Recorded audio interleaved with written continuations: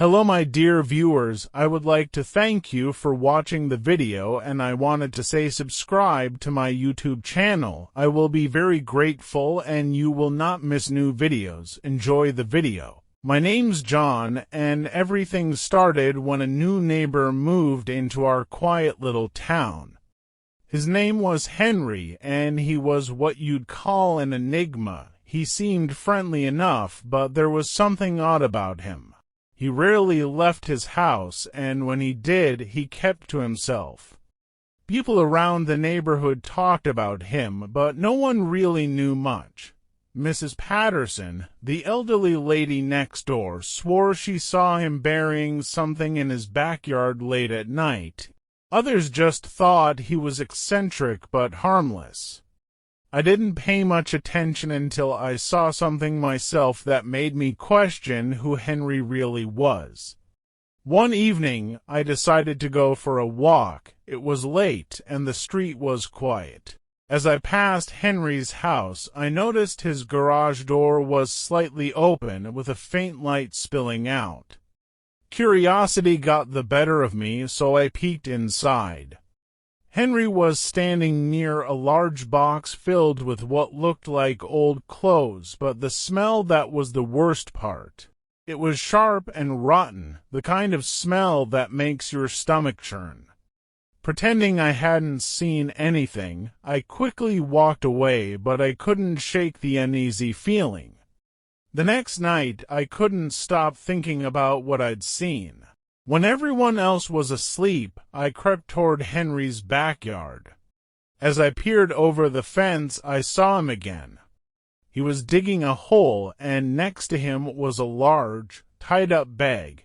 It was too big to be anything normal. The following day, when Henry left for errands, I decided to check it out. I grabbed a shovel and dug where he'd been the night before. What I found froze me to the core. Inside the bag was a torn, old mannequin and some creepy books filled with disturbing illustrations. But the real shock came when I found a stack of photos. They were pictures of women from around town. Some worked in the local diner, others at the grocery store. I recognized a few, but most of them were unfamiliar. My heart pounded as I took photos of everything with my phone and reburied the bag. I couldn't stop asking myself, why did he have these things? And what was he planning? I couldn't keep this to myself. The next day, I went to the local police and showed them the photos. At first, they seemed skeptical, treating me like some nosy neighbor. But when they started their investigation, everything changed. It turned out 2 of the women in the photos had been reported missing years ago.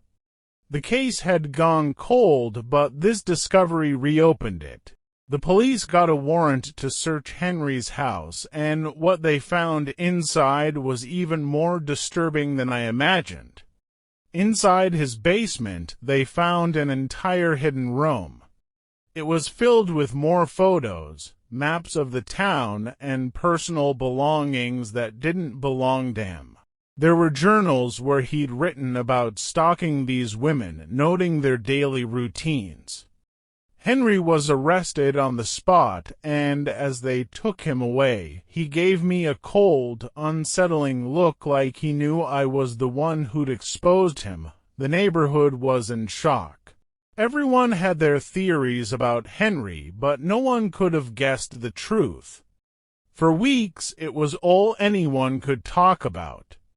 I couldn't sleep, knowing how close I'd been to someone so dangerous. Looking back, I'm glad I trusted my gut.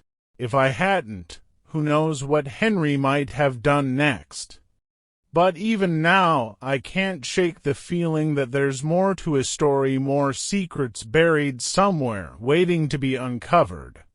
After Henry's arrest, the police kept digging literally and figuratively. They started searching his entire property, and what they found was even darker than anyone had imagined.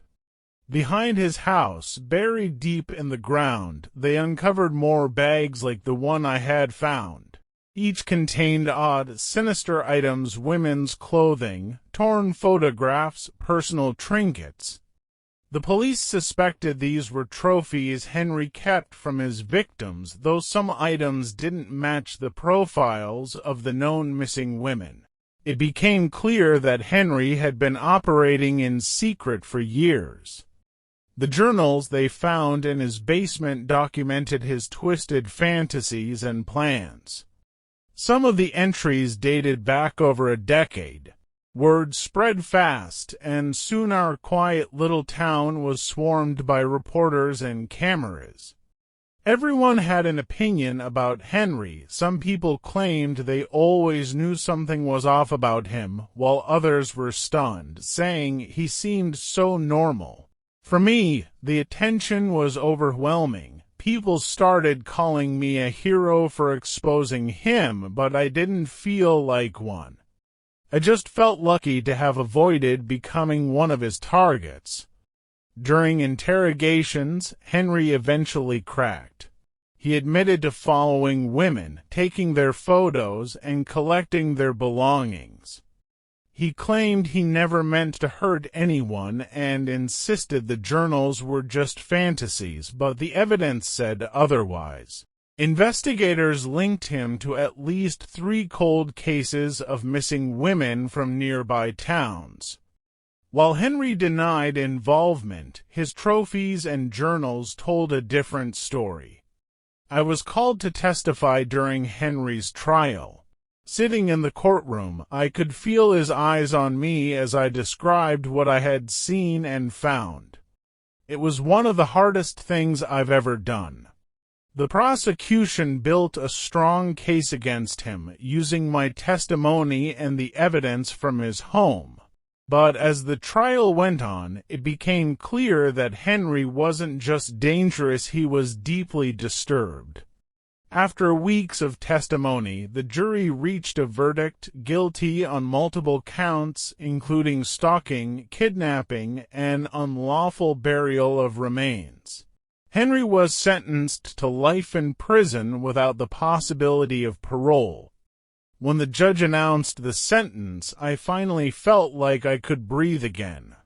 Justice had been served, but it didn't erase the scars Henry left on our town or on me. Life slowly returned to normal, but things were never quite the same.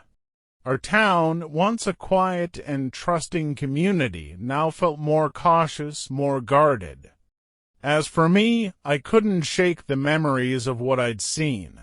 I started volunteering with a local group that helps families of missing persons.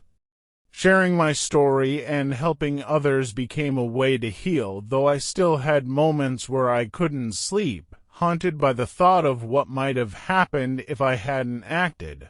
If there's one thing I've learned, it's that trusting your instincts can save lives. Henry fooled a lot of people, but there were always signs, little things that didn't quite add up. I tell everyone now, don't ignore your gut feelings, no matter how small they seem. And don't be afraid to speak up, even if you're worried about being wrong. Sometimes I walk past Henry's old house and feel a chill, remembering everything that happened. It's empty now, the yard overgrown and the windows boarded up. But for all the darkness he brought into our town, I believe we've come out stronger.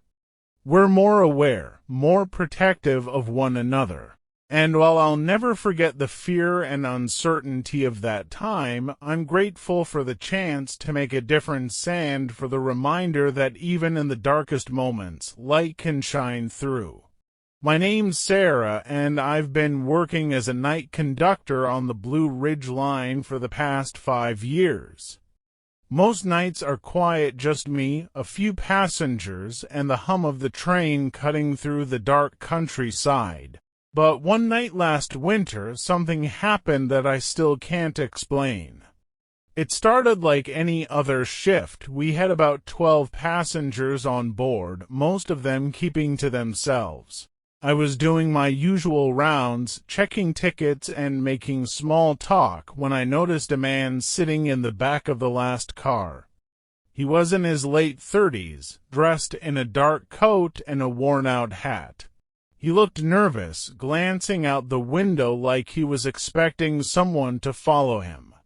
When I asked for his ticket, he hesitated before handing it over. It wasn't anything out of the ordinary, just a one-way ticket to the last stop, but something about him felt off. Halfway through the journey, I decided to check on the passengers again. When I reached the last car, the man was gone. His seat was empty, and his ticket was still tucked into the pocket on the back of the seat. I checked the bathrooms, the other cars, even the luggage compartments, but there was no sign of him.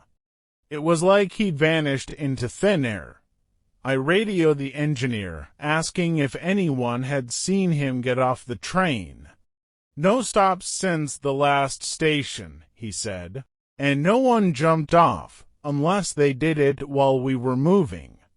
The other passengers hadn't noticed anything either. It didn't make sense, but I tried to brush it off. Maybe he'd slipped off somehow without anyone seeing. When we reached the final stop, I was cleaning the last car when I noticed something under the man's seat.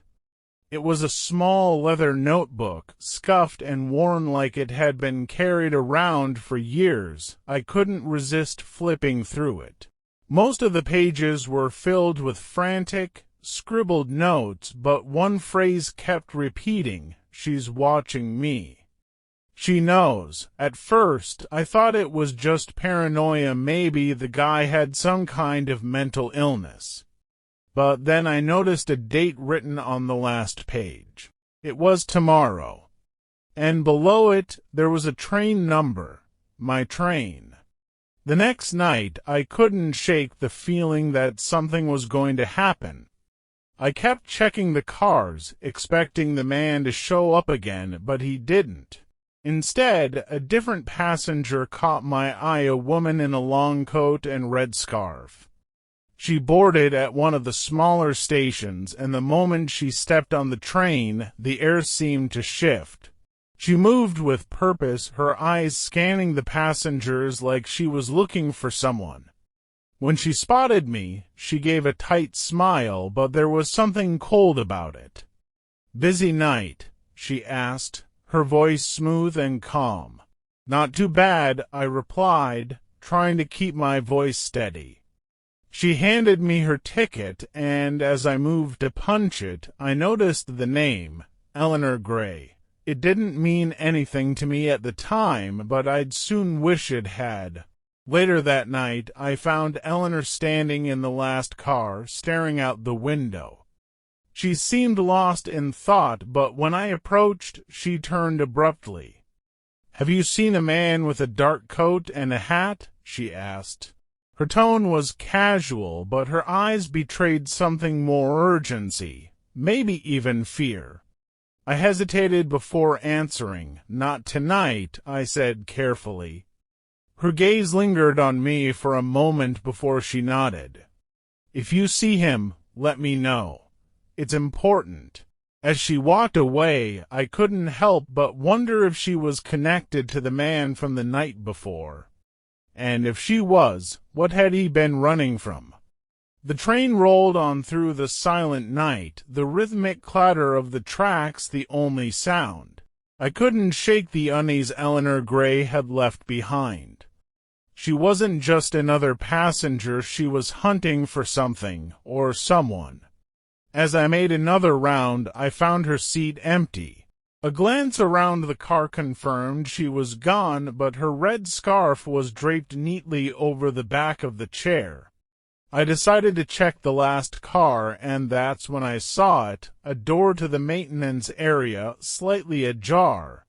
I pushed it open and stepped into the dimly lit space.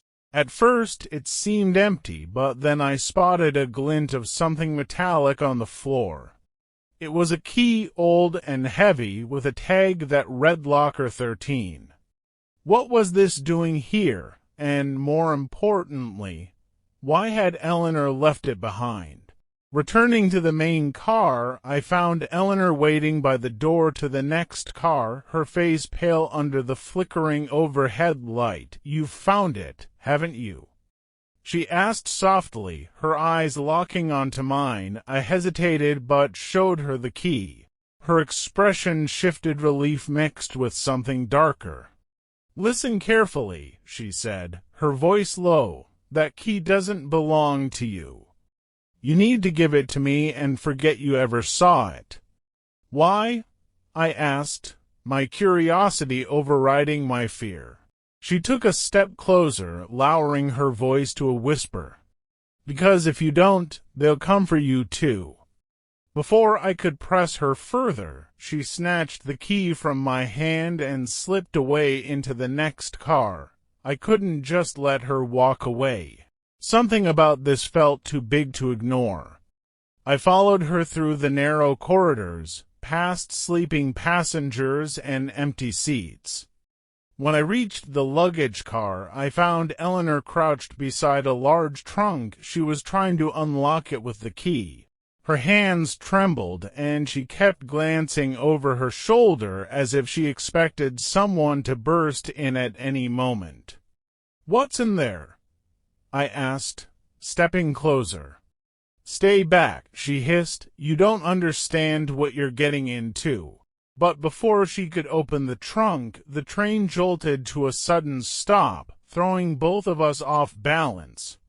As the train screeched to a halt in the middle of nowhere, I heard hurried footsteps approaching. 3 men in dark suits entered the luggage car, their faces hard and unyielding.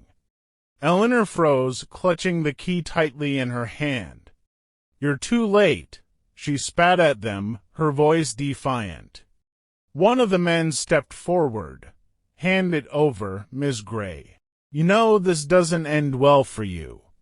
I couldn't just stand there. "What's going on?" I demanded. The man turned to me, his expression cold. "This doesn't concern you. Leave." But Eleanor looked at me with pleading eyes. "Don't let them take it," she whispered. The men advanced, and I realized I had to act fast.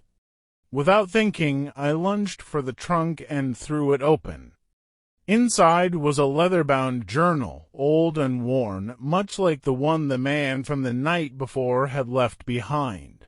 But this one was thicker, with maps, codes, and strange symbols scrawled across its pages. The men froze at the sight of it. Eleanor used the distraction to grab the journal and make a break for the door. "Run!" she shouted at me. I didn't need to be told twice. I followed her out of the luggage car as the men gave chase, their shouts echoing through the train. Eleanor led me through the train cars, her movements quick and deliberate. She seemed to know exactly where to go, but the men were gaining on us. "We can't outrun them forever," I shouted. She didn't answer, instead darting into the conductor's cabin. The engineer looked up, startled, but Eleanor pulled a small knife from her coat and cut the emergency brake cord. The train shuddered, but we kept moving, now completely out of anyone's control. "That'll buy us some time," she said, "but we have to get off this train." The train barreled toward a bridge that spanned a deep, rocky gorge. Eleanor pulled open a door and looked back at me. "You trust me?" Before I could answer, she jumped. I hesitated for only a second before following. The wind roared in my ears as I hit the freezing river below. The current dragged me downstream, but I managed to claw my way to the shore, coughing and shaking. Eleanor was already there, clutching the journal to her chest. "Come on," she urged.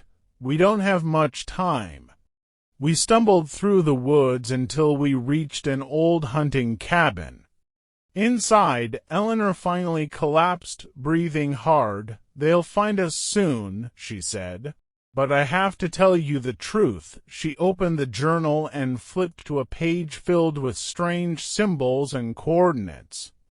This isn't just a book, it's a map to something powerful, something they'll kill to control. What is it? I asked, my head spinning. She looked at me, her expression grim. It's proof. Of corruption, of secrets that could bring down entire governments. Adam, the man from the train, he found it first. He passed the key to me before they got to him. The men found us before sunrise. They surrounded the cabin, their footsteps crunching in the snow outside. Eleanor handed me the journal. Take this and run. Find someone you trust, someone who can use it. What about you? I asked. She smiled faintly. I'll hold them off. Before I could protest, she opened the door and stepped out into the cold. The last thing I saw was her raising her hands as the men advanced. I slipped out through a back window, clutching the journal. Her sacrifice gave me just enough time to disappear into the forest. Days later, I found myself in a small motel, flipping through the journal under the dim light of a flickering lamp. It was filled with names, dates, locations, evidence that could change everything. I thought about Eleanor's words, find someone you trust. But who could I trust? The men on the train weren't just criminals, they were part of something bigger, something dangerous. For now, all I could do was stay on the move, the journal my only protection.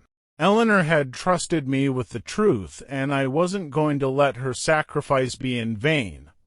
I didn't know where this journey would take me, but one thing was clear. I wasn't just running anymore, I was fighting back.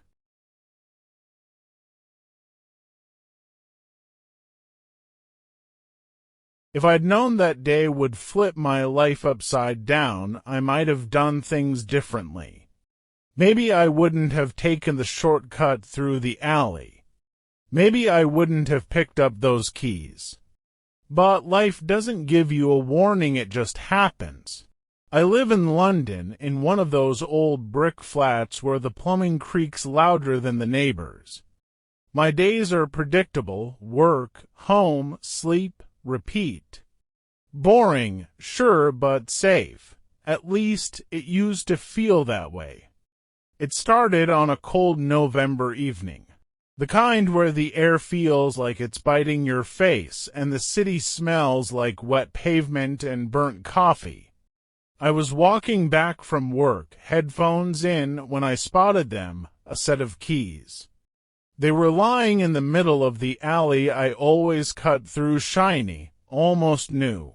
It wasn't the kind of place you'd expect someone to drop something so important. Most people don't even stop here. It's narrow, dimly lit, with graffiti that's more unsettling than artistic. I bent down to pick them up. There was a tag attached, a plain black rectangle with an address etched into the surface. No name, just an address about 2 streets over from my flat. I hesitated. What kind of person just leaves their keys in an alley? It felt wrong, but I told myself it was probably just an accident. Someone hurrying, keys slipping from their pocket, that's what I wanted to believe, anyway.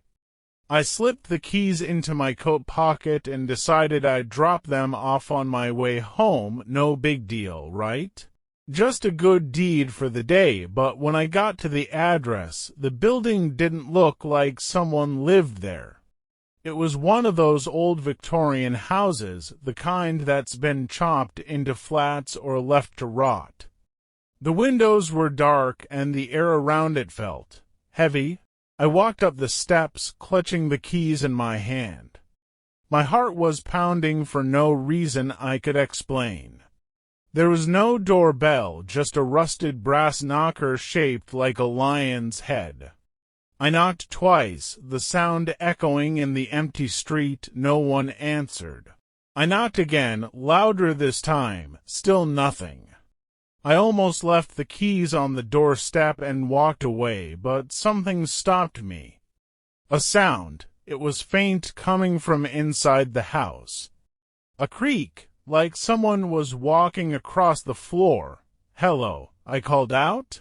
My voice sounded small against the cold air. "Nothing. I should have left." I know that now, but curiosity is a funny thing. It makes you ignore every red flag. I tried the keys in the door just to see if they fit. And they did. When the lock clicked, my stomach flipped. I don't know why, but I pushed the door open.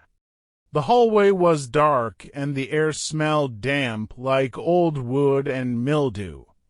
My phone flashlight barely made a dent in the shadows. "Hello," I called again, stepping inside. The floor creaked under my weight. No one answered. But as I moved deeper into the house, I noticed something odd. The sound I'd heard earlier, it wasn't footsteps.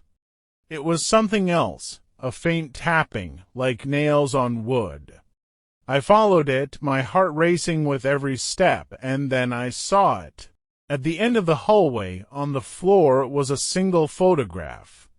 I bent down to pick it up, my hands trembling. It was a picture of me, taken earlier that day, walking through the alley. My blood turned to ice. The photograph was unmistakable. It was me, walking through the alley just hours ago. Same coat, same scarf, even the way my hair was tied back. Someone had been watching me. The tapping sound echoed again, snapping me out of my trance. It was coming from upstairs now, faint but deliberate, like someone wanted me to follow. My instincts screamed to leave, to throw the keys and run back to the safety of my flat. But I didn't. I crept up the staircase, the wood groaning beneath my feet. The air felt colder with every step, and my flashlight barely illuminated the narrow corridor at the top. The tapping had stopped, replaced by a thick, unnerving silence. I stood there for a moment, unsure of what to do. That's when I noticed the door at the end of the hall. It was slightly ajar, just enough for me to see a sliver of light spilling out. I moved toward it slowly, the photograph still clutched in my hand. When I pushed the door open, the first thing I noticed was the smell. It was faint but sharp, like something metallic, blood. The room was small, barely furnished, with peeling wallpaper and a single flickering bulb hanging from the ceiling. And in the center of the room was a table. On the table sat a second photograph. I hesitated before picking it up, my stomach churning. This one was worse. It wasn't just me in the picture, it was me inside this very house. Standing in the hallway, looking at the front door. My heart pounded in my chest. This couldn't be real. It was impossible. Whoever had taken this picture, they were here. I spun around, shining my flashlight into the corners of the room. Nothing, just shadows that seemed too deep, too alive. And then I saw it. Scratched into the wall, just above the table, were 3 words, "KEP looking, Lena." My breath caught in my throat. They knew my name. I stumbled backward, slamming into the wall. My mind raced, trying to make sense of it all. How could they know me? How did they know I'd come here? I turned and bolted for the stairs, every instinct screaming at me to get out, but as I reached the top step, I froze. The front door, the one I'd left wide open, was now closed. I crept down slowly, gripping the railing for support. My hands were shaking so badly I could barely hold the flashlight. When I reached the door, I grabbed the handle and pulled. It wouldn't budge. "No," I whispered, yanking harder. The door didn't move an inch. It was locked. And then, from somewhere behind me, I heard it again, the tapping. It wasn't faint this time. It was loud and deliberate, coming from the hallway upstairs. I spun around, shining the flashlight toward the staircase. A figure stood at the top. They were completely still, their face obscured by the shadows. But there was no mistaking the shape of them, a person standing in the exact spot I'd been in the second photograph. I didn't wait to see what they would do. I ran. I ran blindly, not caring where I was going. All I knew was I needed to get away from whoever or whatever was standing at the top of those stairs. The hallway blurred as I sprinted back toward the kitchen, hoping to find another exit. But every door I tried was locked, the windows boarded shut. Panic clawed at my chest as I fumbled with my phone, desperate to call someone, anyone. But when I unlocked it, my stomach dropped. The screen was frozen. A single message filled the display. White text on a black background. You shouldn't have come here. My hands were shaking so badly I nearly dropped the phone. That's when I heard it again, the tapping. This time it was right behind me. I turned slowly, flashlight trembling in my hand. The beam caught the edges of the dim kitchen, rusted appliances, peeling wallpaper, and shadows pooling in the corners. No one was there. And then, from the corner of my eye, I noticed something, a small door. It was tucked beneath the staircase, partially hidden behind an old, tattered curtain. I hadn't seen it before. The tapping sound came again, louder this time, echoing from behind the door. I should have walked away. I should have kept looking for a way out. But something about the door, it felt like an invitation. My fingers brushed against the handle, cold and slick with condensation. Slowly, I pulled it open. Inside was a staircase leading down into the basement. The smell hit me immediately, damp, musty, and faintly metallic, like rust and old pipes. The tapping had stopped, replaced by a heavy, suffocating silence. I shone my flashlight down the steps, the beam revealing the edges of a concrete floor below. "Hello?" My voice sounded small and weak. No answer. I took a deep breath and started down, my steps slow and deliberate. The wooden stairs creaked under my weight, each one sounding like a warning. At the bottom, the basement stretched out in front of me, a cold, empty space lit by a single, flickering bulb. But it wasn't empty. In the middle of the room was a chair, and sitting on the chair was another photograph. I approached cautiously, every instinct screaming at me to turn around and run. The photo showed a man, tied to the very chair in front of me. His head was slumped forward, his face obscured by shadows. But what made my blood run cold wasn't the man. It was the background. The photo had been taken right here in this basement. The air around me felt heavier, thicker, like the walls were closing in. I turned in a slow circle, flashlight sweeping across the room. That's when I saw it, another door. It was steel, rusted and heavy, with scratches marring its surface. Something or someone had been trying to get out. I didn't want to open it. Every nerve in my body screamed not to.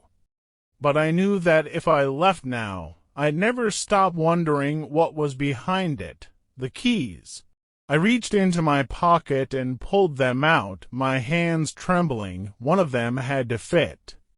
I tried the first key. Nothing. The second. Nothing. The third clicked. My heart felt like it was about to explode as I gripped the handle and pulled the door open. Inside, the room was pitch black. My flashlight barely cut through the darkness, illuminating a space smaller than I expected. And then I saw them, eyes, dozens of them. They reflected the light back at me, and blinking, watching, I stumbled back, tripping over my own feet. The flashlight clattered to the ground, its beam spinning wildly around the room. And that's when I realized they weren't eyes at all. They were cameras. The walls, the ceiling, every surface was covered in cameras, all of them pointed directly at the center of the room, where the chair sat, and on the floor beneath the chair was a pool of something dark. My head spun as I pieced it together. This wasn't just some abandoned house, it was a trap, a setup. And I was in the middle of it. I couldn't breathe. The walls glared back at me, covered in those silent, watching cameras.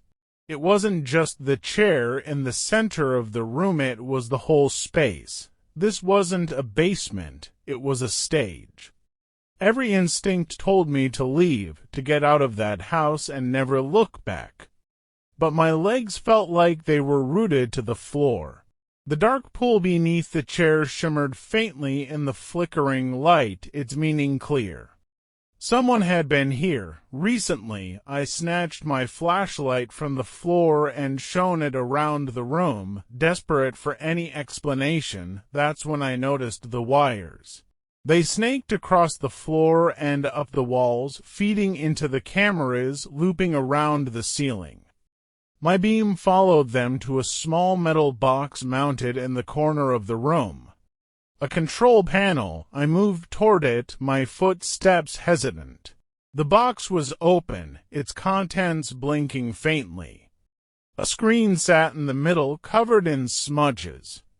I wiped it clean and froze. The screen was playing a live feed. It showed the hallway upstairs, and standing in that hallway was me.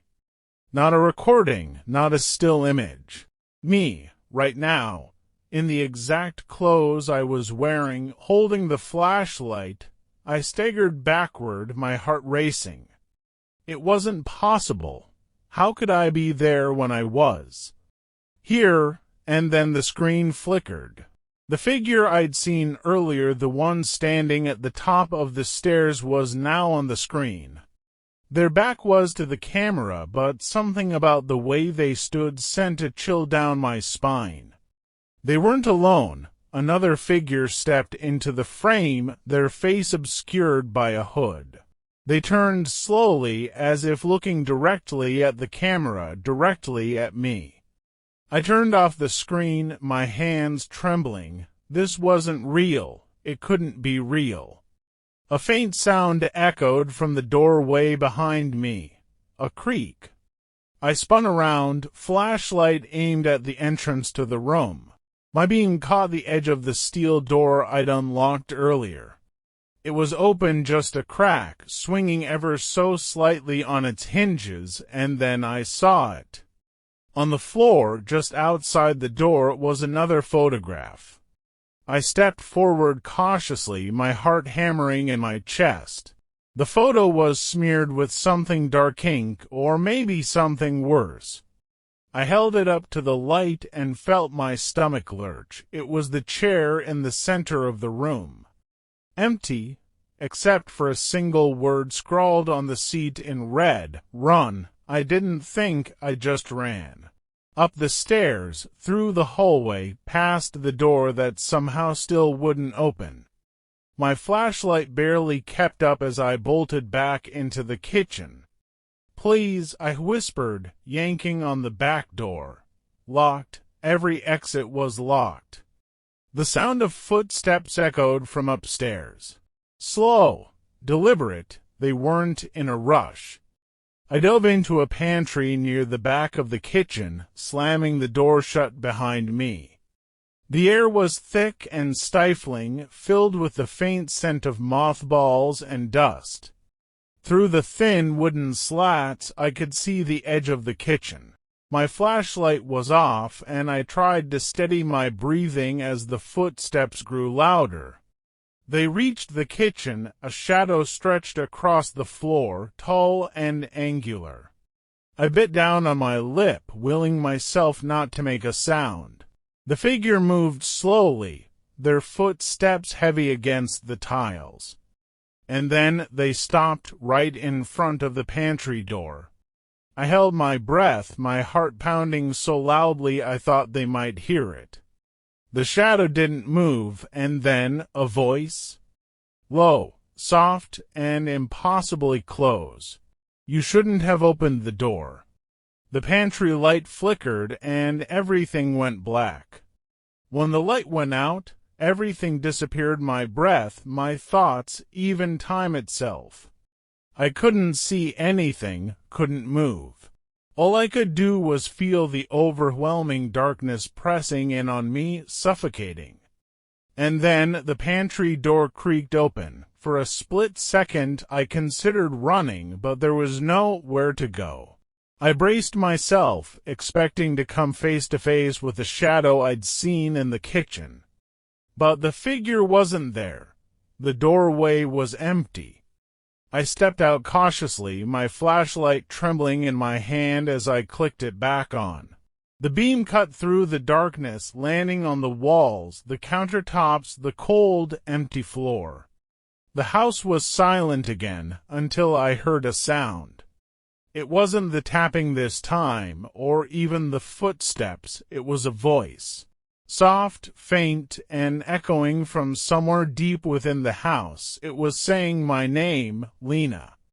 I froze, the flashlight shaking as I swept it across the kitchen. The voice was coming from the basement. The smart thing to do would have been to leave, to stop trying to make sense of any of it. But I couldn't. Something was pulling me back. I made my way to the basement door, my pulse hammering in my chest. It felt heavier this time, as if the air itself was holding me back. When I reached the bottom of the stairs, the scene was exactly how I'd left it.